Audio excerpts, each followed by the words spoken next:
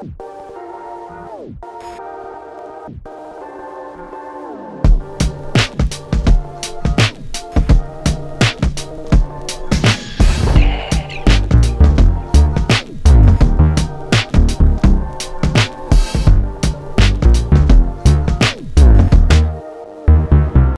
everyone, it's me again, Burntam, DIY TV, panibagong araw at panibagong vlog na naman ang ituturo namin sa inyo mga ka-DIY. Short vlog lang to kaya huwag kayong maglilipat ng channel. Pero bago natin ituloy ang video, nais ko muna magpasalamat sa mga patuloy nagtitiwala sumusuporta sa channel natin. Pati sa Facebook page natin, Burntam HPT TV also, paki-follow na rin. At syempre yung bagong group page natin, Toyota Corolla DIY Kalikot Forum Pangasinan para lang po sa Toyota Corolla Altis na 9 in 9.5 generation from 2000 to 2007 model. Para lang po sa inyo yun mga ka-DIY. Shoutout natin 9 in 9.5 generation Toyota Corolla Altis Philippines sa grupo natin. At syempre, subscribe ka muna at hit mo yung notification bell para update ka sa mga next videos natin. Fix muna natin yung shop. Yan. So ayan din yung ibang ginagawa natin. Mga DIY natin sa motor natin, Mio Sol at Mio Amore.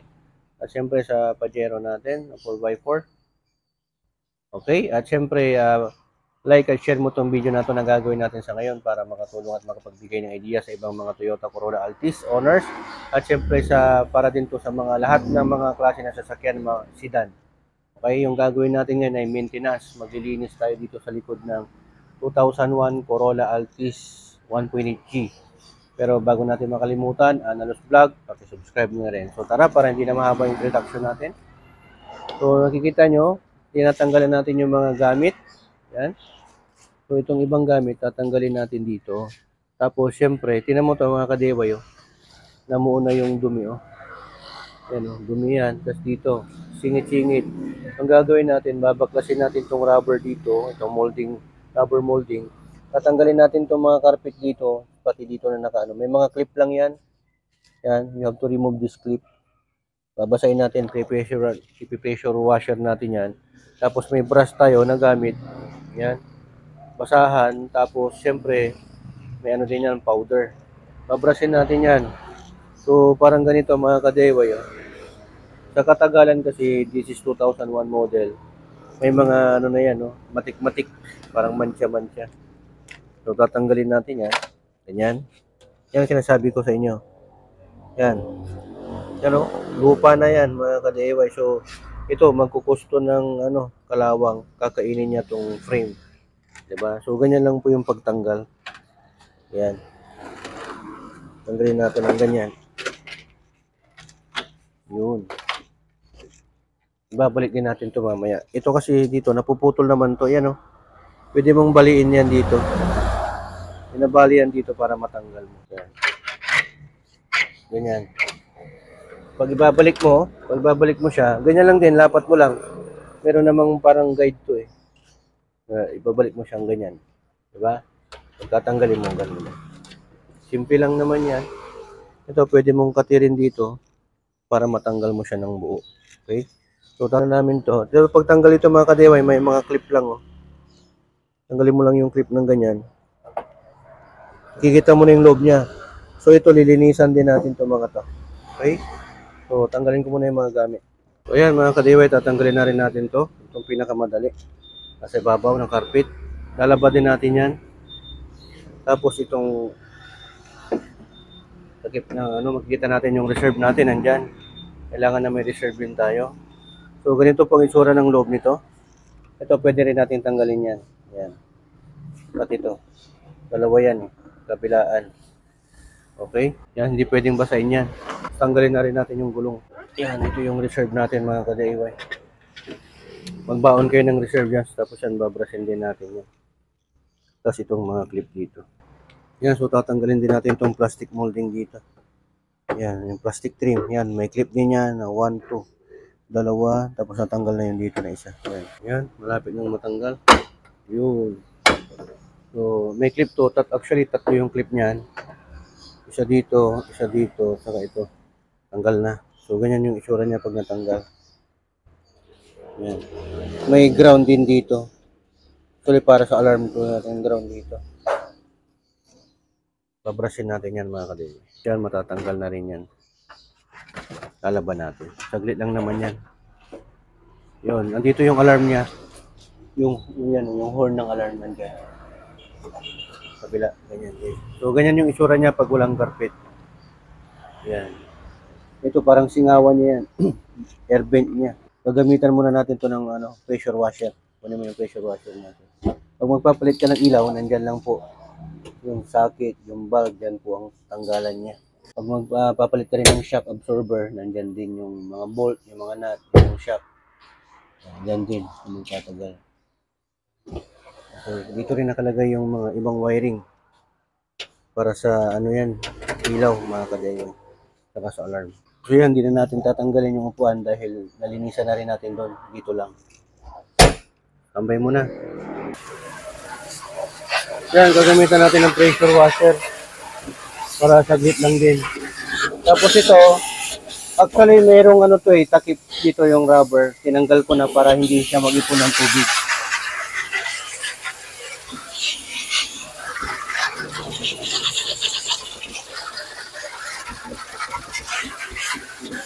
Ito.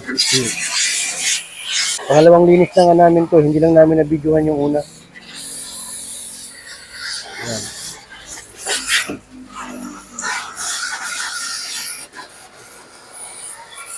So, ganyan lang yung paglilinis yan. Mas mabilis pero babrasin natin yan mamaya. Yan mga kadeway, binabrush na po natin yung sa may parang alulod niya. May gilid yan, Kita mo yung natatanggal na dumi, Kapal. Diba? Yan, pag hindi natin tatanggalin yan, pag papababayaan natin yan, magpupos ng kalawang yan hanggang sa maubos ng kalawang yan, magpapalatero ka. Ito, hindi ka nagagastos ng more or less 100 powder, soap bar and powder, diba? Basahan, tas toothbrush na gamit na. Tapos oras mo lang para ma-maintain yan. Okay na. Kasi yung parang nagmansya na, nagmatik-matik na. Tatanggalin din natin yan. May mga degreaser din tayo dito na gamit, chemicals. Diba? Nagdi-detail din kasi kami dito mga kadeway. Mapapansin nyo yung sa shop. Yan. May car wash din po kami. Detailing, meron din. Ito lang tayo tabing kalsada. Lalaba din natin yung carpet mamaya. May singit-singit niya. Kasama rin natin yung may gilid mga kadeway. Yan, basahan lang po. Tapos, kunting powder. Anyway, banlaw na ho tayo.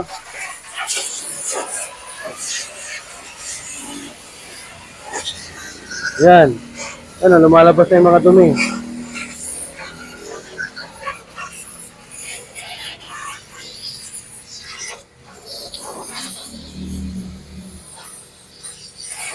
Tignan mo yun dito.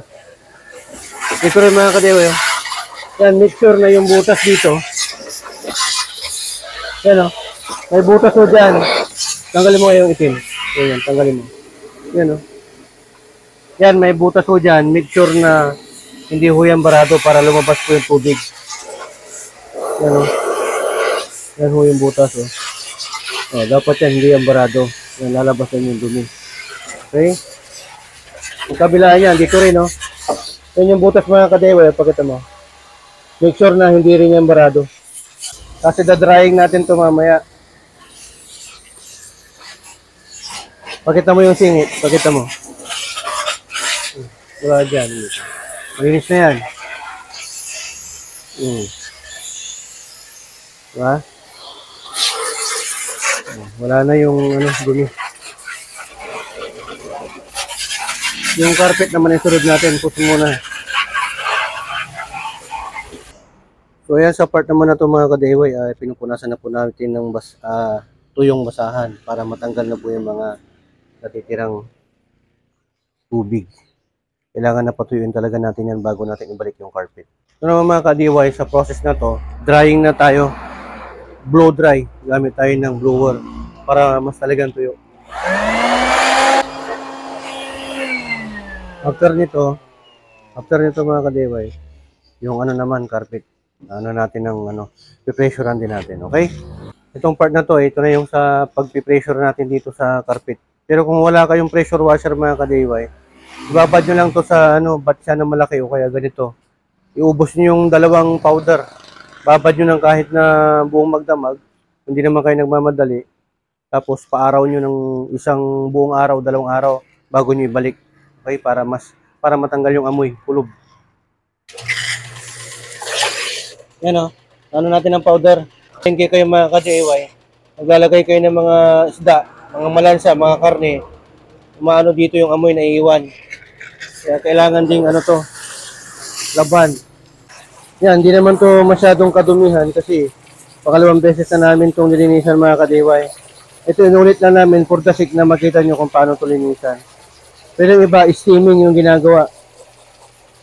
Papadetail nila. Hindi na ito masyado marumi, malinis na kasi ito. So, ganyan lang yung proseso. Pwede rin itong brusin kung may mga makapit na stain. Pero ako hindi na kasi malakas na itong pressure washer eh. Pag babrasin mo kasi maghihimulmul yan, pangit. So yan mga ka-DIY, ready na po natin itong likod. Check natin. So yan, napakalinis na po. Makikita nyo, wala nang yan. Yan, tapos yung dito sa may gilid niya. Yan, importante. Okay na rin yan. Kasi ito, nilinisan na rin natin. Babalik na natin yung carpet. Ayun, pinaaraw natin. Kunin ko lang. Balik na po natin itong reserve na tire. Yan ang itsura niya. Yan, make sure na may hangin po yung tire ninyo na reserve. Tapos, saka natin lalagay ito mga ka-DIY. Yan, sa paglalagay naman, yan, yung parang oblong kasi ito eh. Doon papunta. Dito yung straight. Yan. Tahin mo natin itong baba. Tapos itong dalawa na to, dito yan. Kaya mga ka-DIY, yung forma nito, ganito lang po. Yan. Gilid lang yan, side by side. Tapos ito, lagay na rin natin. Maganyan ho siya. Yan o. I-ano mo lang to. Itong apat na to. 1, 2, 3, 4. Dito. 1, 2, 3, 4. Parang clip na yan. Yun. Tapos pag nailagay mo na yun, lalagay natin yung clip dito. 3. Kunin mo. Ito mga ka-DIY o. Lagay natin. Pasok na natin dito sa butas. Yun. Ganun lang yan. Tapos yung isa uli. Yan. So okay na yan. Tapos lalagay na natin yung carpet dito. Yan. Ganyan lang isura nito mga ka-DIY. Paano ibalik to. Ganyan lang.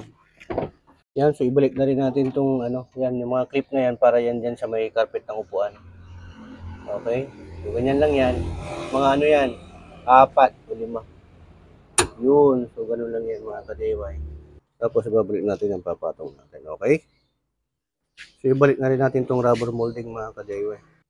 So, ang diskarte nito mga ka-DIY, ito. Itong hati na to, yan ang itatapat natin dito.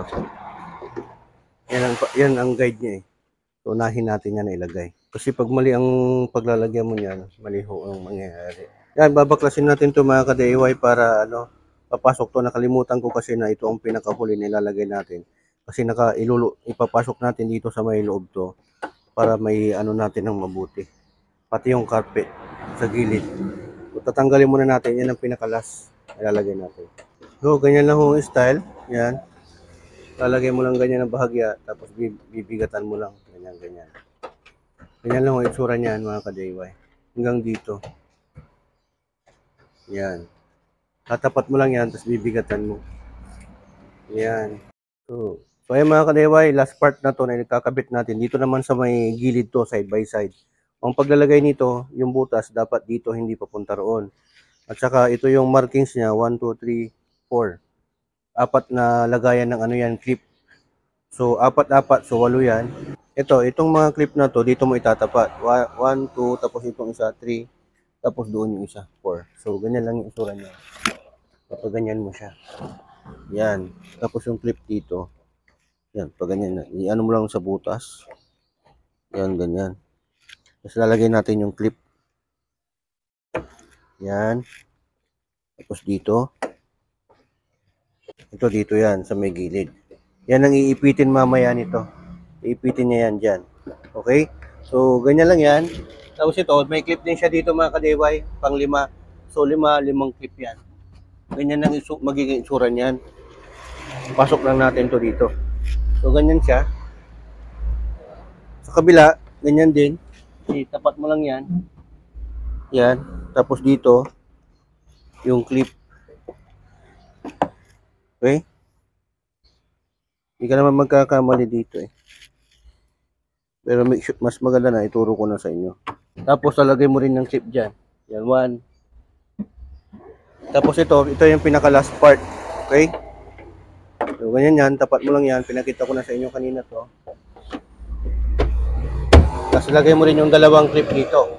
So, ganyan lang po yung isura niya mga ka-DIY. Ayusin ko na lang po yan mamaya. Pinakita ko lang po sa inyo yung tamang process kung paano ikabit yan.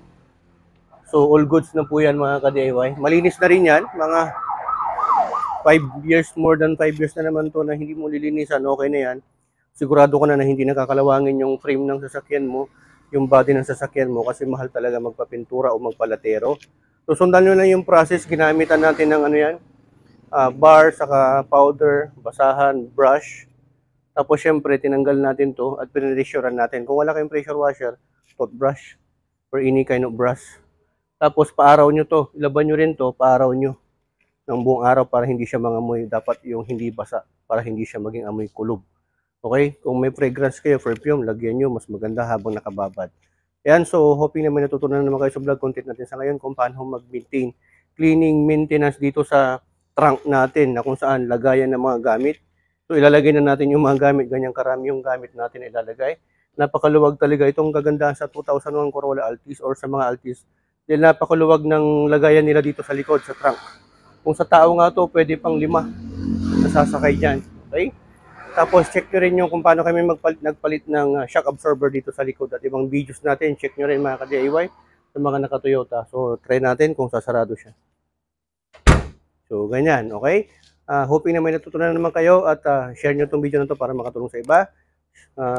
Subscribe nyo, Anolos Vlog. To God will be the glory and burn times. Signing off.